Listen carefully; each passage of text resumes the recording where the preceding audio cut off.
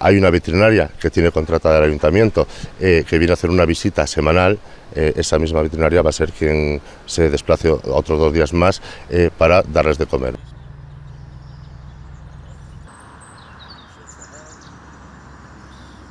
Sin ningún tipo de explicación ni motivo aparente de que se sepa por qué cierra el museo.